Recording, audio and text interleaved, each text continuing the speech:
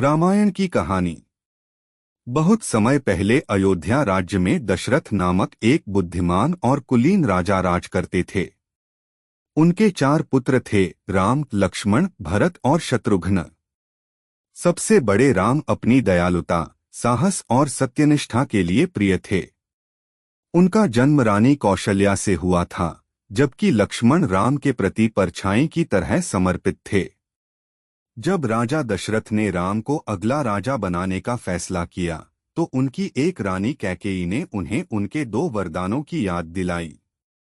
उनके प्रभाव में आकर उसने मांग की कि उसके पुत्र भरत को राजा बनाया जाए और राम को 14 वर्षों के लिए वनवास दिया जाए।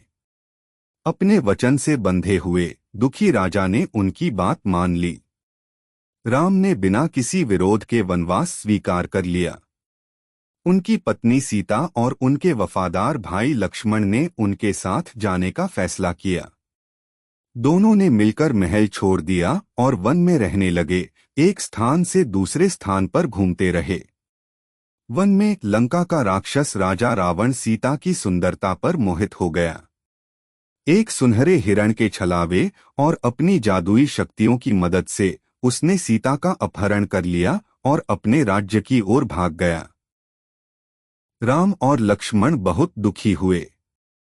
सीता की खोज करते हुए राम की मुलाकात महाबली हनुमान से हुई और उन्होंने वानरों के राजा सुग्रीव के साथ संधि कर ली।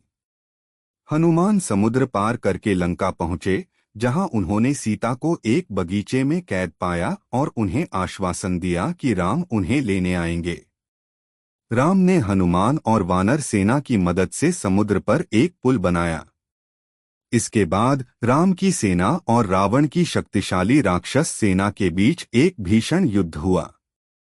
एक भीषण युद्ध में राम ने अंततः रावण को हराकर सीता को बचाया। 14 वर्ष के वनवास के बाद राम, सीता और लक्ष्मण अयोध्या लौट आए। राम का राज्याभिषेक हुआ और उनका शासनकाल, जिसे राम राज्य के रूप में जाना जाता है, शांति, न्याय और समृद्धि से भरा रहा।